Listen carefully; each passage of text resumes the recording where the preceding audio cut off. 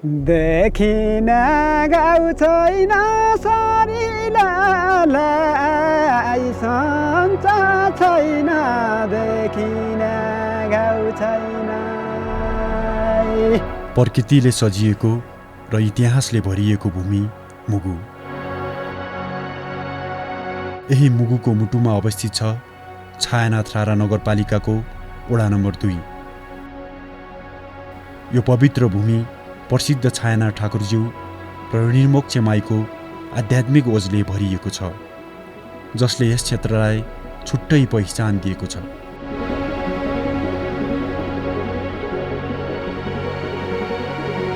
एकातिर जिल्लाकै मुख्य व्यापारिक केन्द्र गमगढी बजारको चहलपहल र अर्कोतिर धार्मिक चैन गाउँ र तलितुमको शान्त परिवेशले यो वडाको मौलिकता झल्काउँछ।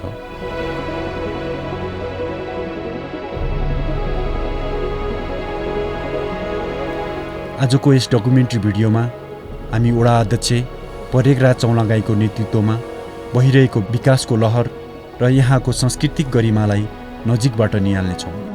पर्यटकीय पर्यटनको साथै कला संस्कृति वेशभूषाका हेतुले आयोजित साउने सङ्क्रान्ति मेला 2082 हामीले नेपालगञ्ज काठमाडौँमा ठुला पार्क हुने, हरेक सकारात्मक गतिविधिहरू हुने, मेला पर्व हुने र रमणीय स्थानहरू हुने भएकाले छायानाथ राणा नगरपालिकामा यस्ता प्राकृतिक सौन्दर्यले भरिपूर्ण भएका ठाउँहरू नभएको र ठाउँ भए पनि हामीले बनाउन सकेका थिएनौँ र अहिले हिजो ससुराली डाँडा भनेर परिचित एउटा डाँडाको रूपमा थियो।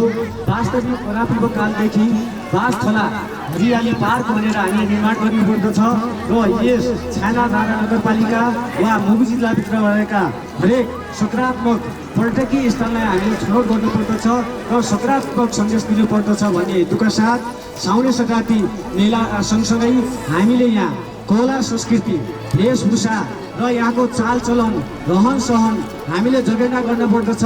हामीले भौतिक संरचना बनाएर मात्रै यहाँको सम्पूर्ण दिगो विकास नहुने भएका कारणले हामीले संस्कृतिलाई पनि जोड्नु पर्दछ। यहाँको कला संस्कृतिलाई, यहाँको वेशभूषालाई, यहाँको रहन सहनलाई, यहाँको समुदायको अवस्था अनुसार हामीले जानु पर्दछ। यो मात्रै हामीले जगेर्ना गर्न सक्यौँ भनेपछि भावी आउने पुस्ताहरूलाई पनि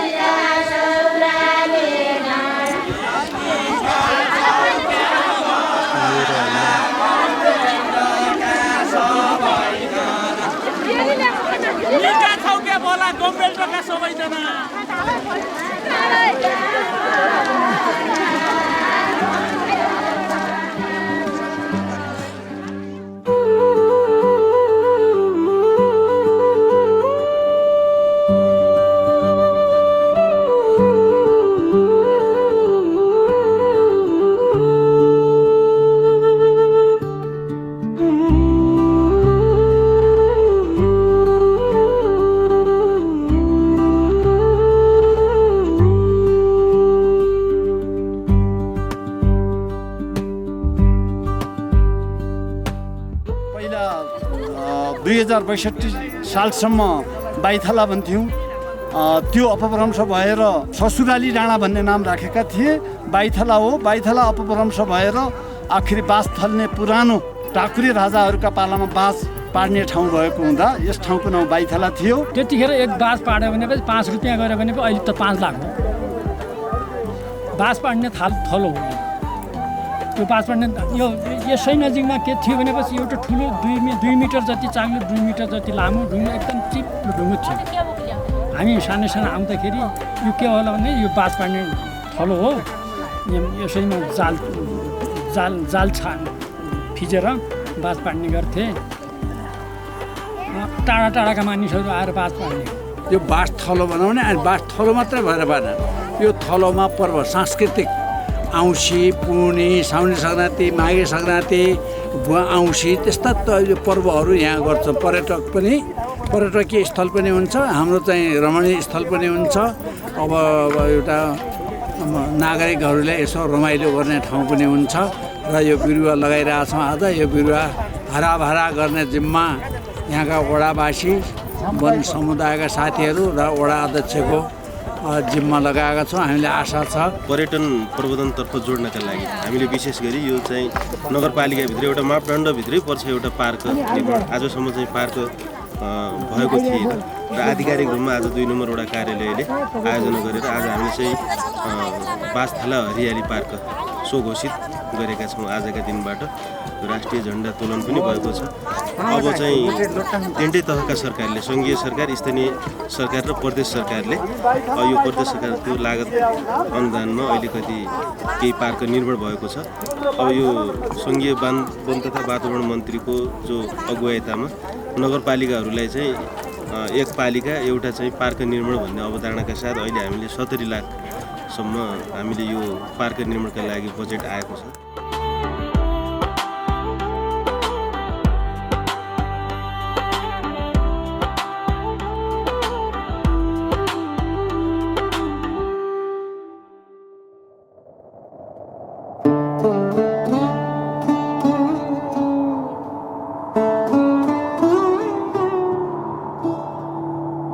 गमगढी बजार जिल्लाकै व्यापारिक र प्रशासनिक केन्द्रको रूपमा चिनिने गमगढी बजारको केही हिस्सा यसै वडामा पर्दछ।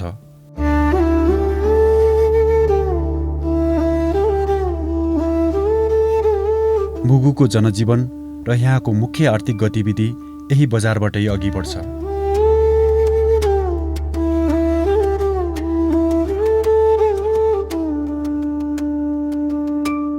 चैन गाउँ गमगढी बजारबाट थोरै पर हामी पुग्छौँ ऐतिहासिक र धार्मिक महत्त्व बोकेको चैन गाउँ। छायानाथ ठाकुरज्यू र ऋणमोक्ष माईको मन्दिर रहेको यस गाउँले यो क्षेत्रकै आध्यात्मिक पहिचान बोकेको छ। यहाँको संस्कृति र परम्पराले आगन्तुकलाई मोहित पार्छ।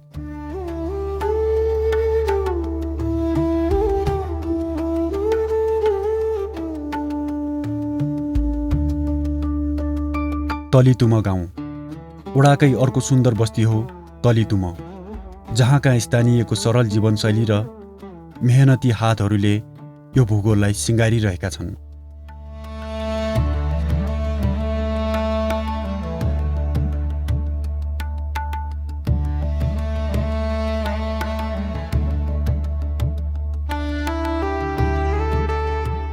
हाल वडा अध्यक्ष परेकराज चौलागाईको नेतृत्वमा यहाँ विकासका कामहरू तीव्र गतिमा भइरहेका छन्। उहाँको विशेष पहलमा खानेपानीको उचित व्यवस्थापन, गाउँ जोड्ने सडकहरूको स्तरोन्नति र विद्यालय भवनहरूको सुधार जस्ता योजनाहरू प्राथमिकताका साथ अघि बढिरहेका छन्।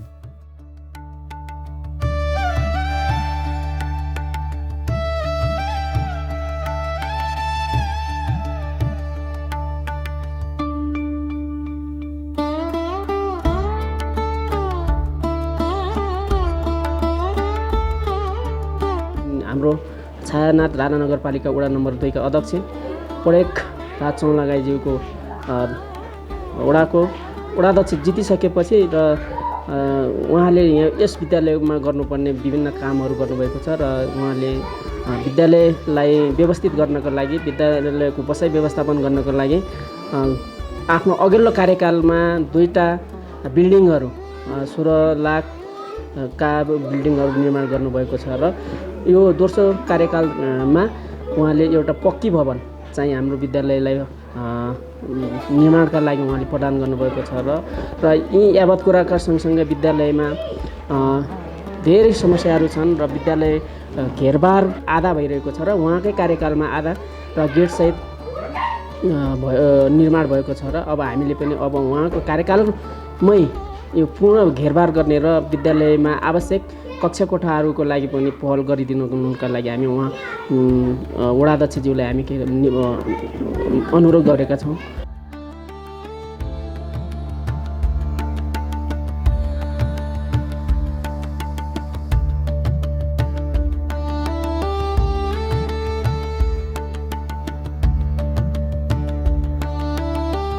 दृष्टिबिन भाइ बहिनीहरूको कक्षा सञ्चालन भइरहेको छ, जसमध्ये कतिपय विद्यार्थीहरू यहाँबाट पास आउट भएर काठमाडौँ, सुर्खेत, नेपालगञ्ज र जुम्लाको नाराकोटसम्म अध्ययन गर्दैछन् र ब्याचलरसम्म भइसकेका छन्। र जुन अहिले यो अफिस कोटा सञ्चालन भइरहेको छ, यो छाया नेपाल संस्थाले बनाइरहेको र उतापट्टिको समाज विकास कार्यालयले बनाइरहेको माथिल्लो भवन यो ओडा कार्यालय ओडा तथा नगरपालिकाको साझेदारीमा र छाया नेपालको साझेदारीमा उताको भवन बनिरहेको छ।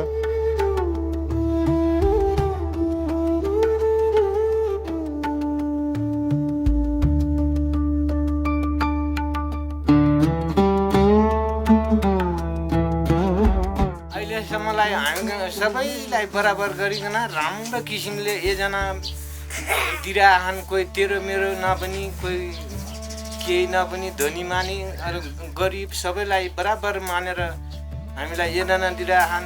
अनि यो गाउँ पिच दिया, अनि तले 20 लाखको तटबन्धन दिया, फेरि 20 लाखको तटबन्धन दिया, अनि मन्दिरहरू धाराहरू धेरै राम्रो काम गर्नुभयो। राम्रो मान्छेलाई अरम्भ को भन्नला सेवा सुविधा नाना खाने ठुला खाना सेवा सुविधा दिया हन सर, थान पना दिल्या, योजना पना दिल्या, जहाँ पना वहाँ गेस्ट पना दिल्या, चुल्हा पना दिल्या, बुढा बाटोले चुल्हा बाला भने दिल्या, एकदम हामी खुसी हौँ। अझ ताई ओ पुरा नगयाली होइन विचार के रोजगार दिया कहीं हामी गरिब खपिया हौँ, दाल खपिया हौँ। बाबुभाइ पनि ती अध्यक्ष छन्, आमाभाइ पनि अध्यक्ष छन्, हामी दुःख पीडा बुझिएछौँ।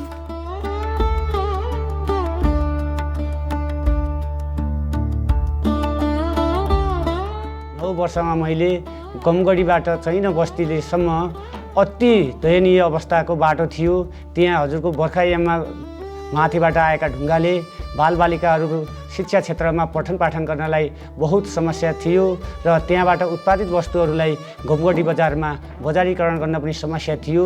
त्यही अनुरूप मैले पहिलो वर्षदेखि जुन मैले कार्यपालिकाको बोर्ड मिटिङमा हचकचाइ राख्दा जुन मैले प्लान बनाएको थियो, त्यो प्लानका आधारमा पहिला बेली ब्रिज पनि लाग्यो, आरसिसी पनि भयो र यता सर्ट ट्र्याक र बजारलाई पनि जोड्नुपर्छ भनेर अहिले झुलङ्गे पुलको अवधारणा ल्याउँदा झुलङ्गे पुल पनि बन्यो र हाम्रो धार्मिक सहिष्णुतालाई कायम गर्नुपर्छ र पर्यटन प्रवर्धन गर्नुपर्छ भनेर छायानाथ मन्दिरलाई पनि मैले मेरै कार्यकालमा जुन 67 लाख रुपियाँ बजेट विनियोजन गरेर मैले त्यहाँ छायानाथ मन्दिर हामीले राम्रो खाले उपभोक्ता समितिबाट निर्माण भयो। त्यसपछि शिक्षा क्षेत्रलाई परिवर्तन गर्नुपर्छ भनेर जिल्लाकै नमुनाका रूपमा जुन हाम्रो बाल मन्दिरलाई घेरबारसहित हजुरको भौतिक संरचनासहित आइटी हरेक कुराहरू त्यहाँ गरेर त्यहाँको शिक्षा क्षेत्रलाई आमूल परिवर्तन गर्यो। नेपाल सरकारको जुन लक्ष्य अनुरूप सन् 2030 सम्म खानेपानी आपूर्ति गर्नुपर्छ भन्ने अवधारणा अनुसार मैले एक घर एक धारा सुरुकै वर्ष चैन बस्तीलाई एक घर एक धाराका लागि पहल कदमी गरियो।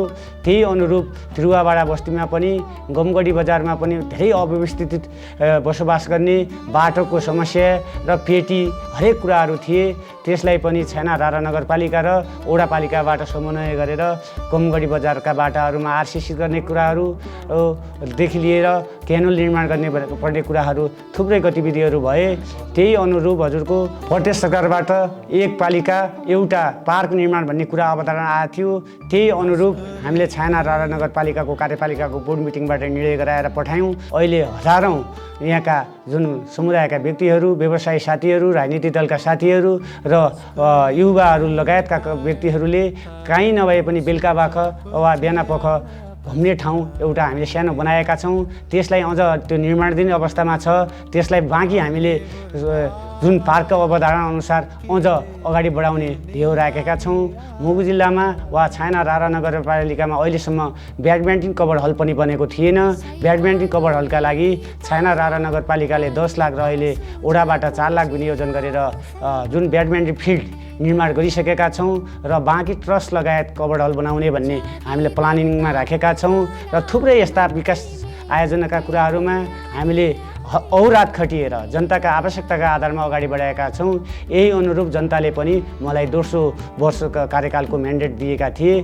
त्यही अनुरूप आउँदा दिनहरूमा पनि राजनीतिक हिसाबले हामीले सहयोग गर्ने हो, सेवा गर्ने हो, सेवाको भावना राखेर हामीले अगाडि बढेका थियौँ। त्यही अनुरूप जनताहरूले पनि त्यो खाले हामीलाई म्यान्डेट दिएका छन्। आउँदा दिनमा पनि जनताकै आवश्यकताका आधारमा, जनताका समस्याका आधारमा, जनताका हरेक दुःख सुखका साथमा हामी लाग्नेछौँ र अहोरात खटिनेछौँ भन्ने अपेक्षा राखेको छु।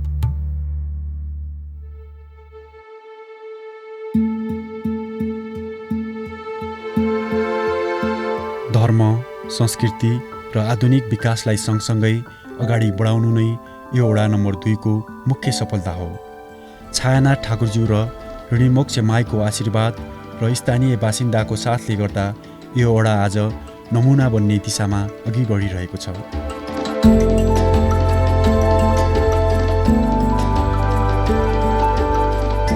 अध्यक्ष परेकराज चौलागाईको नेतृत्व र वडावासीको एकताले भोलिको समृद्ध वडा नम्बर 2 को सपना अब टाढा छैन।